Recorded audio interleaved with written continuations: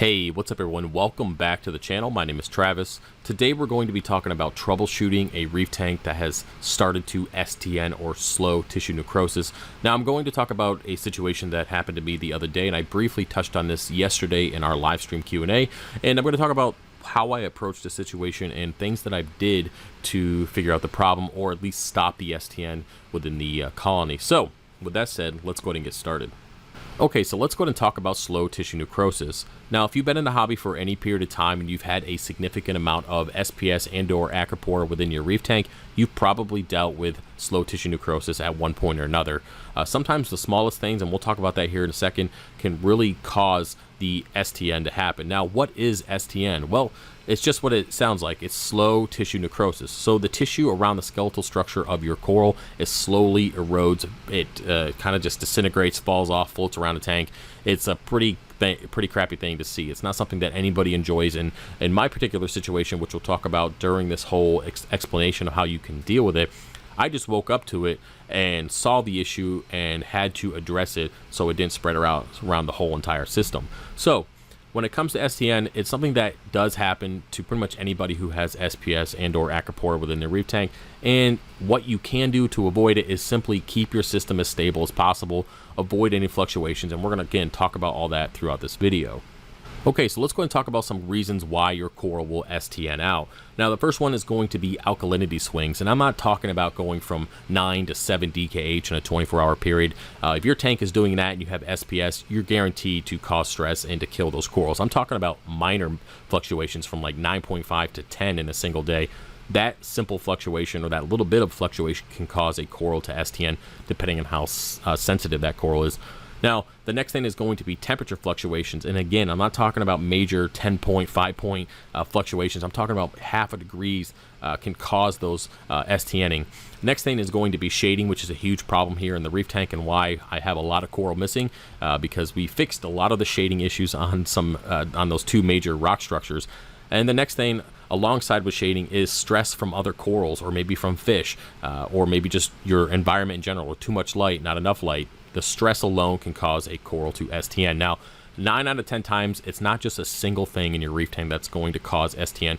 It's going to be multiple things. So alkalinity swing with shading or corals touching each other, those three things together can cause a single colony to STN out.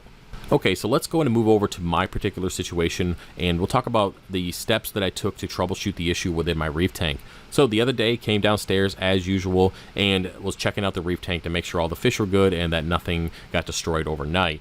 And I noticed on the left rock structure, the Poseidon tort was starting to STN from the underneath or the underside of the acropora colony. And this is something that I thought might happen because I actually put that chunk of coral there a few months back after I broke it off from removing a script stag that was originally in that spot. And I just glued it back onto the rock structure, but a little bit lower where it wasn't getting the exact amount of light that it was getting previously. But it was a good spot and it seemed okay, and it's been fine for a couple months. Now, I have been paying pretty close attention to this acropora colony, and it's something that I check every single day, and I've been like that for, again, a couple months, just because I want to make sure it's going to be okay. And I have noticed over the last couple months that the underside that originally had good light intensity was starting to turn a little pale. Not STN white skeleton pale, but just a little pale, and you'll definitely notice a difference if you look at your reef tank at night with a flashlight. You can clearly see when skeletal structure is exposed with STN, or it's just a little dull in color. The skin's still there's still polyps there, but there's not nearly as much color as the rest of the colony that's actually exposed to light. And I noticed it turning that, and then over the last couple weeks, I noticed that it was turning a little whiter, but nothing crazy. Again, it wasn't STN, and it seemed pretty normal, just like the other colonies within the reef tank. So when I saw the colony started to STN, I knew that there was something else going on in the reef tank, and I had to figure out what that was. So the first thing you want to do when you notice STN is not panic. A lot of people panic and do major water changes or make major changes to alkalinity because it might be a little bit low when they test, or change some other water parameter quickly. That's the last thing you want to do. You don't want to be messing with anything until you can get a baseline on how the system is overall. So don't panic, just step back, take a deep breath, and get out your test kits. And that's the next thing. You want to test all your major water parameters, and even if you have a Triton, double check everything. I know a lot of you guys, and I'm guilty of this as well, if you have a Triton, sometimes you skip your magnesium test, or you just, maybe I don't need to do alkalinity today. And unfortunately, it doesn't work like that. Anything mechanical, anything man-made is going to fail at some point, and you don't want your reef tank to suffer because you just kind of skipped on a whole bunch of tests. So double check everything, and it doesn't hurt to have extra test kits, different types of test kits. So maybe you use your HANA checker for alkalinity, but you have a Red Sea alkalinity as well. So double check to make sure everything's good, and of course check expiration dates, make sure everything is calibrated. Like if you have a Milwaukee, make sure your salinity calibration is good. All those kind of things. Make sure you get a good reading of your water parameters before moving forward and making any changes. So with that said, I double checked everything, and the only issue I had with my water parameters is that my nitrates were a little high. Other than that, every single water parameter checked out and double checked out with the other additional test kits. So everything was good. My fluctuation for alkalinity on an average day is a high of 9.03 and a low of 8.9. So, I mean, the fluctuation in general is almost nothing, and the HANA checker even said I was at a 9.0 even. So, definitely fine with alkalinity, because usually that's my big concern. Alkalinity is the bane of my existence, and it can cause some serious issues, especially if I don't keep on top of it when I'm making a lot of cuts here in the system. So water parameters checked out, so I knew it wasn't that. So let's go to move on to the next thing. Now, before we move into the next thing, I briefly want to say, if you are dealing with a water parameter that is really out of whack, either really low or really high, you need to adjust that and fix that, but you need to do it slowly. So say you're at 12 DKH when you thought you were at 8 DKH. Well, you need to figure out what's causing that. So if you're dosing too much, you need to slowly bring that dose down. And I'm not saying cut it down right away. You need to do it slowly over the next few days. That way, again, you don't have major fluctuations. Because if you are dosing, say, 50 milliliters of 2-par every day, and you're staying at 13 DKH where you shouldn't be, the last thing you want to do is drop that down to 10 milliliters a day and then have it plummet. That's going to cause issues in itself. So if you're dealing with a major water parameter, adjust it and take care of it. I didn't want to go through each situation or each water parameter and tell you how to fix it, because this video would be 2 hours long. Okay, so the next step, if your water parameters check out and everything's good to go on that, you need to start thinking back of some recent changes that you made to the system. I'm not just talking about over the last 24 to 72 hours. I'm talking about over the last week.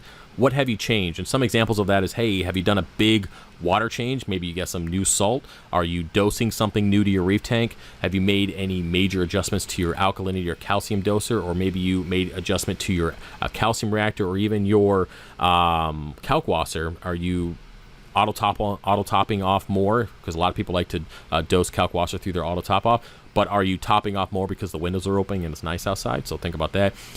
So just look at things that you have done. So in my situation, the only thing that has changed over the last couple weeks is I started dosing half the recommended dose of aminos on top of my aquavitro fuel. I stopped doing it for a little while because I was dealing with some dino in one of my frag tanks, and I just stopped dosing aminos because that doesn't help the dino situation. So now that that's gone, I started implementing that again, but again, it's at a half the recommended dose, and that was a while ago. It was about a week or so, and I haven't noticed anything different, so I kind of just set that to the side. It wasn't something major. Now, the next change that I did was 24 hours period. I added, or 24 hours previously, I added a new egg crate to my reef tank. So I didn't rinse it off like I usually do. I just got it in, added the feet, plopped in the tank, got the coral back in there as quickly as possible because it was kind of sitting out, drying out. And so I thought maybe something might have got into the reef tank from the egg crate, but the thing is, it's 500 gallons, depending on what's on the egg crate, which I highly doubt. I mean, I bought so much of this stuff, but there's always a risk of that. So I started thinking about the changes that I made, and that's really it. I haven't done anything else. So after you consider the changes that you've made, start thinking about outside sources or influences on your reef tank. Do you have kids? Did they throw a toy in the sump? So what I did is I went through with a flashlight, double checked my entire sump, moved stuff around, went into the Cheato and make sure there wasn't any screws or anything in there, because I have found screws inside my Cheato from the kids throwing them in there. I found toys floating in the back of my sump before. So you want to look and see if there's anything in the tank that could potentially cause issues with the coral. So after I did that, everything checked out. There wasn't anything. So then what? Now, just like the previous step, if you do happen to find something during this process, say you did find a screw in the sump, or you overdose something, or you're topping off a lot more than usual, or again, you made some kind of change that I mentioned during that step, then you need to address that individually. And again, the reason why I'm not going through them is because this video would be too long.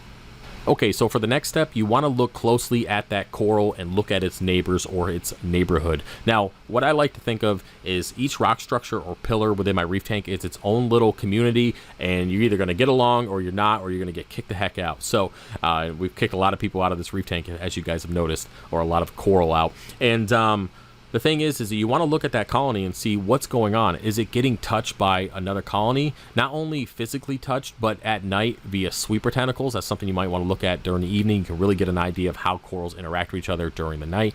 And if it's getting touched by another coral, even though it's getting touched, say, on the far left-hand side, that stress alone can even cause the right side, in my particular situation, that's not being touched, to STN out, if it has another factor, say shading, again in my particular situation. So even though a coral's getting touched on another side, on the other opposite side, doesn't mean that it's not going to be stressed out enough to STN on the opposite.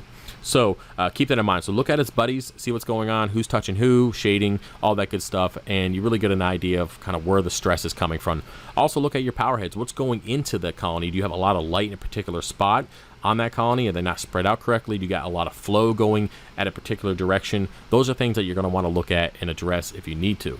Now, in my particular situation, as I mentioned, the Poseidon tort was getting touched by other corals. Actually, it's getting touched by 4 different colonies on that rock structure, and this is just natural. It happens during the growth process. The reality is corals fight for space. There's always going to be a winner, and there's always going to be a loser. And unfortunately, the Poseidon tort was losing the battle, and that's, again, you got to weigh it out. What coral do you like more than the other? And what I decided to do was go ahead and trim out the poison ivy. There's a couple other acros back there, a Barney coral and another millipora. I went ahead and trimmed those out away from the Poseidon tort because obviously the Poseidon's not winning this battle, and I particularly like that coral, so I was okay with trimming the other ones, giving a little bit more time. And that's something that I'm going to have to do continuously as this system grows, because if they keep growing into it, which they will eventually, it's going to start this process over again.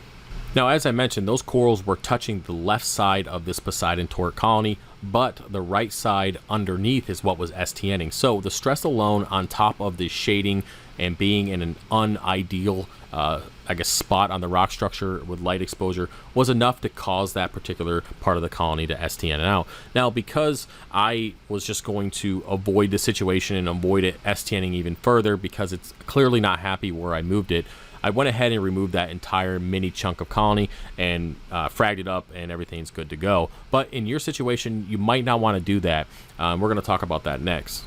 All right, so now that we have identified the issue, we figured out what the problem was, what should you do? Now, this can be different for everybody's situation, but I'll tell you what you should not do. The first thing you should not do is trim the STNing coral. You don't want to cause any more additional stress. That's why when I trimmed up the corals that were touching it, it was just the corals that were touching it. It wasn't the Poseidon tort itself. So the last thing you want to do is start cutting off STNing parts. Now, depending on where it STNs, if it STNs on the, I guess, the tips or the edge of the coral, you still don't want to do it. If it's on the base, you clearly don't want to go in there and do that because you got to take the whole colony out. So your best bet when it comes to STN is just leave it alone. Try to remedy the problem. Fix what's causing the STN, and 9 out of 10 times it will stop. That part of the coral won't ever grow back, but there will be a point down the road that it's completely dead, that portion of it, and it's just kind of starting to turn like rock. It will turn brown and start. That's kind of how the ocean grows, you know, dead coral, it turns into a rock eventually. At that point, you can go in there and cut off the dead part, but if it's clearly stressed out and it's actively STNing, the last thing you want to do is go in there and cut off any part of that coral. Now, the next thing you don't want to do, and I mentioned this before, and I got to say it again, is you don't want to make any major changes to your water column. Again, if your alkalinity is high, the last thing you want to do is 100% water change and cause additional stress. So avoid any major changes to the reef tank during this process. Slow and steady wins the race every single time.